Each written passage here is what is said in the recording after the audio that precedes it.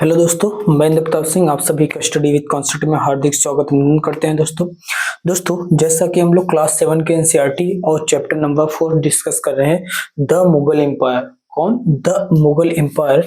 हम लोग लास्ट में वीडियो में देखा था फर्स्ट वन, इसका फर्स्ट जो पार्ट है या थर्ड पार्ट है, तो जो इसका फर्स्ट पार्ट है लिगेसी ऑफ मुगल देखा था। उसमें मैंने आपको बताया था मुगल कहाँ से आए थे और मुगल का जब मुगल भारत पे राज किए तो भारत के इतिहास पे इसका क्या प्रभाव पड़ता है, क्या इम्पैक्ट पड़ता है, कौन कौन से ऐसे हिस्ट्री में उनका योगदान है और हिस्टोरिकल आर्किटेक्चर क्या है, इन सभी चीजों को देखा था। जैसे मैंने आपको बताया था, जैसे आप रेड फोर्ट देखेंगे, ताजमहल देखेंगे, ये न कहीं ये जो है कि ये भारत के इतिहास के गौरव का एक हिस्सा है। और दूसरी बात, और ये जो है कि मुगल के द्वारा बनाए हुए आर्किटेक्चर का एक जीता जागता नमूना है जो हमें आज देखने को मिलता है। तो इन सभी चीजों को हम लोगों ने जिक्र किया था।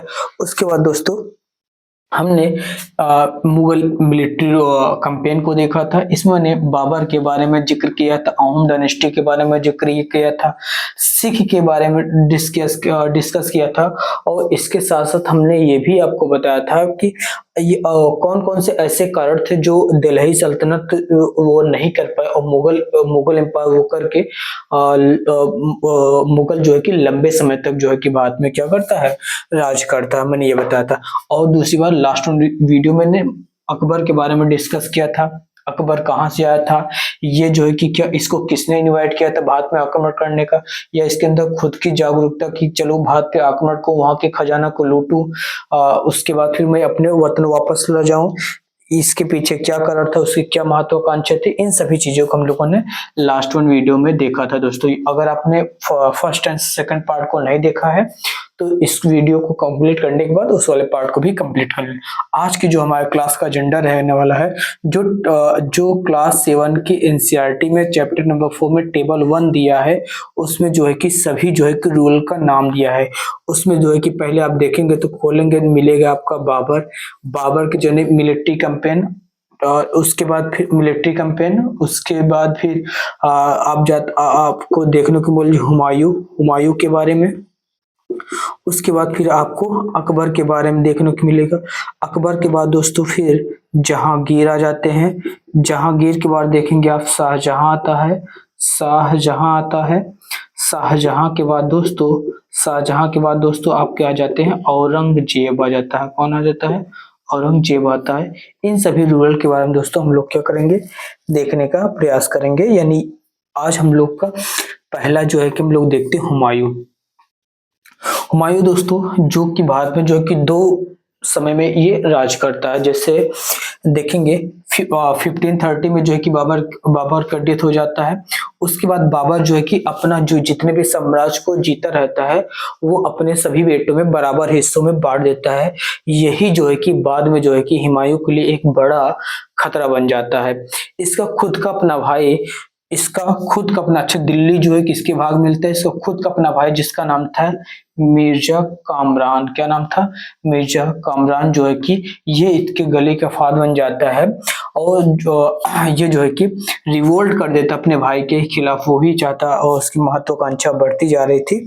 तो इसलिए जो है कि जो हुमायूं है वो दोस्तों कहीं ना कहीं फिर यहाँ से चला जाता है, इसको खदेड़ दिया जाता है।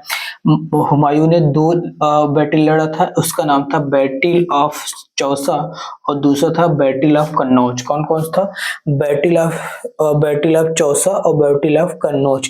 बैटल ऑफ चौसा और कन्नौज दोस्तों किसके खिलाफ लड़ा गया था? शेर शाह सूरी के खिलाफ लड़ा गया था। किसके खिलाफ? शेर शाह सूरी के खिलाफ लड़ा गया था। किसके खिलाफ दोस्तों? शेर शाह सूरी के खिलाफ लड़ा गया। ठीक, तो शेर शाह सूरी ने जो है कि चौसा के युद्ध में इनको हराया, कन्नौज के युद्ध में हराया।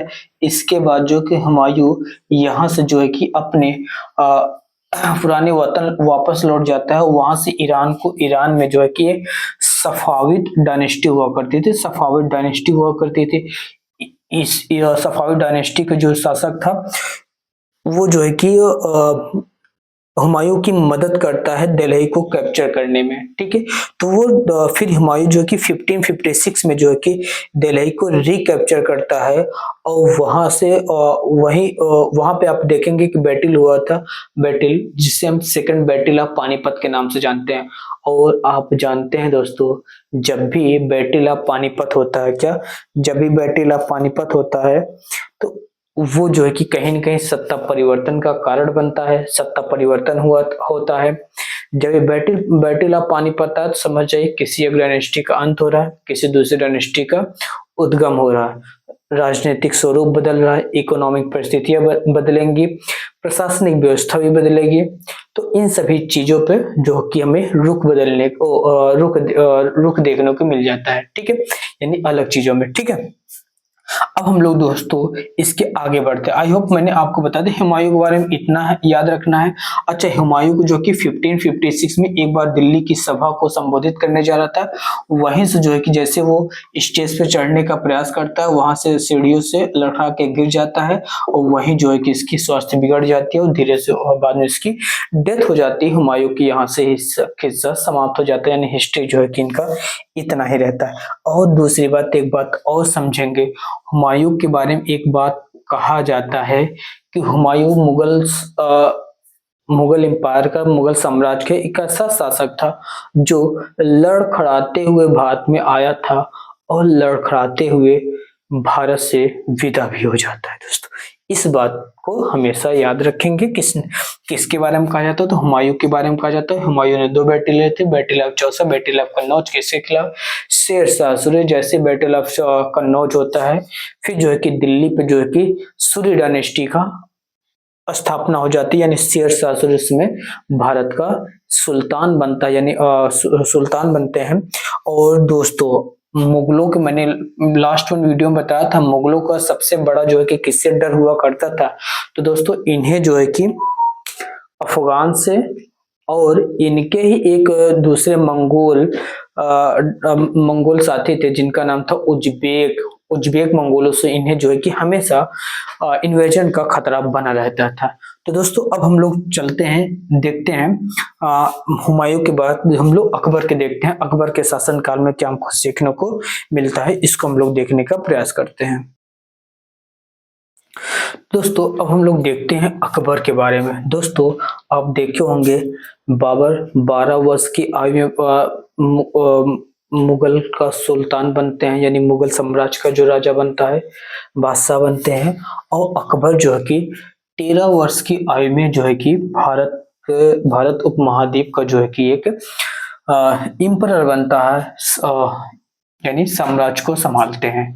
1556 से 1556 से 70 तक, यानी 1556 से 70 के बीच में इनकी जो शासन पीरियड था, इसको कहा जाता है पेटीकोट की सरकार कहा जाता है, यानी रीजेंट एक रीजेंट, क्योंकि ये शिशु अवस्था में होते हैं, तो इनके जो जब तक ये किशोर, यानी एक मुगलों में एक मान्यता रही है या फिर हर एक शासकों में एक मान्यता रहती है, जब किसी राजा, यानी जब राजा जो है कि माइनर होता है तो उसका जो है कि उसका तो सिर्फ चेहरा होता है, बाकी जो उसके, जब तक वो राजा जो है कि मेजर यानी बालिक नहीं हो जाता तब तक वो उसके सारे डिसीजन जो है कि उसके एक ग्रुप बना दिया जाता है, जैसे कमेटी बना दी जाती है, वो किया रहेगी। बाकी राजा नाम किसका होगा?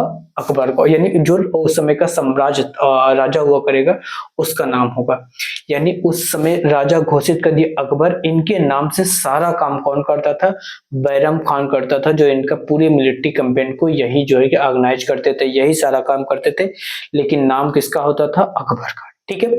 इस तरीके से जैसे आज सारा काम किसका, जैसे राष्ट्रपति के नाम पे बाद में सारा वर्क होता है, क्योंकि राष्ट्र प्रेसिडेंट जो होता है हेड ऑफ द स्टेट होता है, प्राइम मिनिस्टर क्या होते हैं?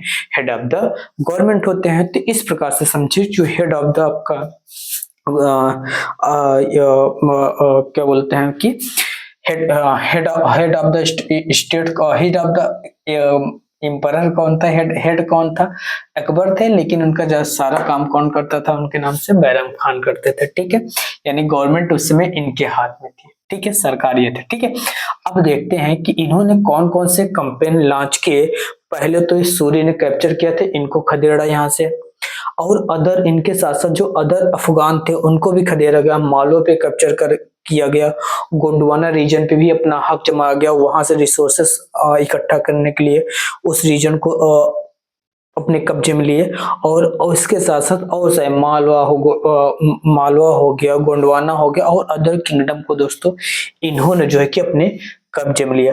अब हम लोग थोड़ा सा इससे आगे बढ़ने का प्रयास करते हैं और देखते हैं जो मिर्जा हाकिम था, जो इनका हाफ ब्रदर था, उसके जो वो बार बार रिवोल्ट करता था, बार बार जो थ्रेटिंग बना था, उनके रिवोल्ट को हरदम के लिए सप्रेस किया जाता है।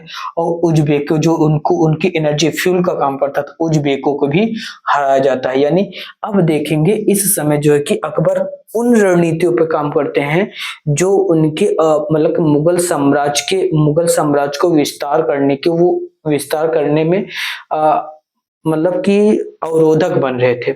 उन सभी चीजों पे काम कर रहे हैं, हर एक धीरे धीरे मतलब कि जो छोटे छोटे किंगडम है अपने अंदर सम्मिलित कर रहे हैं, जो नहीं मान रहे उनको अनेक्स कर रहे हैं, जीत रहे हैं, कब्जा कर रहे हैं, अपनी शासन प्रणाली को वहां पे स्थापित कर रहे हैं, और जो बार बार रिवोल्ट कर रहा है उसको हमेशा के लिए दबाया जा रहा है। इन सभी रणनीतियों पे देखेंगे दोस्तों, यहाँ पे अकबर अब काम करने लगे हैं।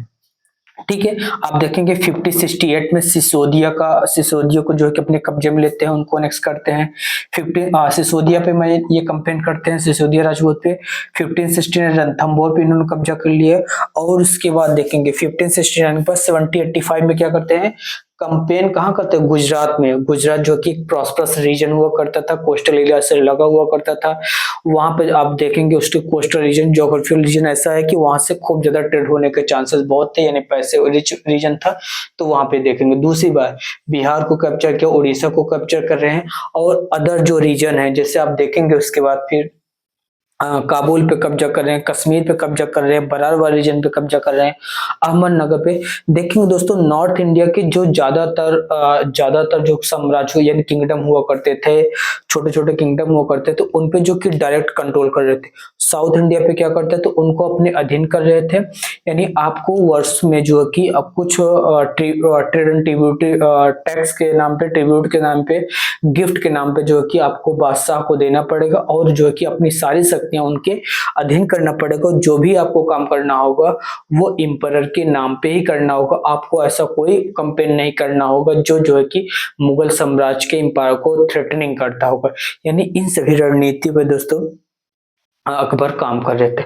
आई होप समझ रहे हैं कि वो उनकी विजन क्या है, वो विजन क्या है। यानी उन सभी उपद्रवियों को या फिर कह लें या फिर उन सभी एलिमेंट को वो एलिमिनेट कर रहे हैं, गायब कर रहे हैं, जो उनके मुगल साम्राज्य यानी मुगल साम्राज्य के विस्तार में अवरोधक बन रहे हैं।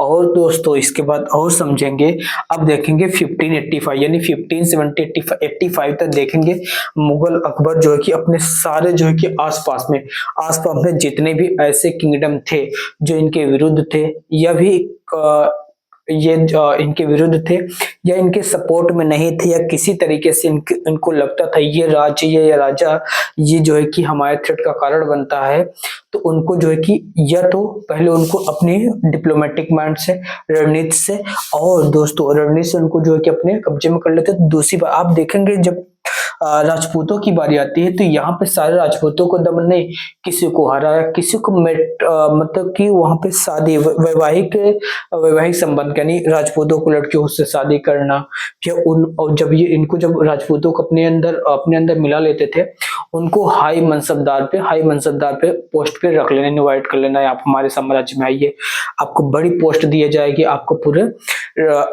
एक ऑटोनॉमी दी जाएगी, लेकिन हाँ वो under the flag of the Mughal होगा। यानी आपकी जो कि स्वतंत्रता सॉवरेनिटी नहीं होगी, आपको सारा कुछ दिया जाएगा, एक जैसे रूल करते थे, लेकिन किसके अंडर में आपको करना होगा, मुगल फ्लैग के अंतर्गत करना होगा। आई होप समझ रहे होंगे मैं आपको क्या बताना चाहता हूँ, क्या डिलीवर करना चाहता हूँ। इन रणनीतियों पे काम करते थे मेट्रोपोलियन उसको क्या बोलते हैं कि यानी वैवाहिक संबंध जो भी विस्तार करते थे, यानी जिस राजा को जिन्हें कब्जा नहीं कर पा रहे वहां पे वैवाहिक संबंध स्थापित किए जाए। तो इस तरीके से जो है कि उसको, अब जब आप जानते हैं भारत में कितना रिश्तों का हम है, तो इन सभी चीजों पर expansion of the Akbar empire 1585 से 1605 तक देखेंगे। अकबर अपने मुगल साम्राज्य का विस्तार करते हैं। दोस्तों एक बात समझ आती है, अकबर ने अपने एम्पायर को इतने सुव्यवस्थित ढंग से, इतने सुनियोजित ढंग से जो दोस्तों मुगल साम्राज्य का विस्तार करते हैं। आने वाला जो आप रूरल देखेंगे, जैसे आपका उतने सक्षम नहीं थे, लेकिन कहना जब आपका नींव मजबूत होता है तो अगले 2-4 जो रूलर आएंगे वो अगर थोड़ा उतना काम ना भी करें तो भी आपका साम्राज्य चलता रहेगा। कहीं न कहीं ये जो है कि अकबर जो है कि मुगल साम्राज्य को इस लेवल पे ले गए, इस लेवल पे नींव डाले कि अगले जो है कि 100-200 सालों तक जो है कि मुगल साम्राज्य को कोई हिलाने डुलाने वाला नहीं था। आई होप अभी तक मैंने आपको जो डिलीवर किया, जो बताया, वो बातें क्लियर होगी, किसी प्रकार कोई समस्या नहीं होगी। तो दोस्तों आज की क्लास को हम लोग यहीं पे रखते हैं। जब हम लोग कल मिलेंगे तो इन सभी चीजों को रिवाइज करिएगा। अकबर के बारे में और इनके कंपेनों के बारे में मैंने जो था बता दिया। इसके बाद हम लोग देखेंगे अकबर के बाद जहांगीर के बारे में, उसके बाद शाहजहां औरंगजेब के बारे में देखेंगे। के बाद हम लोग नेक्स्ट हेडिंग की तरफ आगे बढ़ेंगे। दोस्तों आपसे हम्बल रिक्वेस्ट है, अभी तक हमारी वीडियो को जिन्होंने लाइक नहीं किया, अपने दोस्तों में शेयर नहीं किया, दोस्तों हमारी आपकी जिम्मेदारी है, आपकी एक नैतिक जिम्मेदारी है। अगर आपको ये वीडियो फायदा पहुंचा रहा, मैं आपको कॉन्सेप्ट को क्लियर करने में आपकी मदद कर पा रहा हूं, तो आप भी मेरी थोड़ी सी मदद ये करेंगे। इस पहले नंबर तो वीडियो को लाइक करेंगे और चैनल को सब्सक्राइब जरूर करेंगे। और इससे अलावा थोड़ा सा एक और काम करेंगे, अपने दोस्तों में, अपने नियर एंड डियर में, अपने जो ग्रुप्स होंगे उनमें शेयर करने की कृपा करेंगे। और दूसरी बात दोस्तों, किसी एक बंदे को जोड़ने का प्रयास करें। दोस्तों इन्हीं सब शब्दों के साथ आज की वीडियो को यहाँ पे समाप्त करते हैं। मिलते हैं नेक्स्ट वीडियो में, तब तक के लिए दोस्तों जय हिंद, जय भारत, थैंक यू।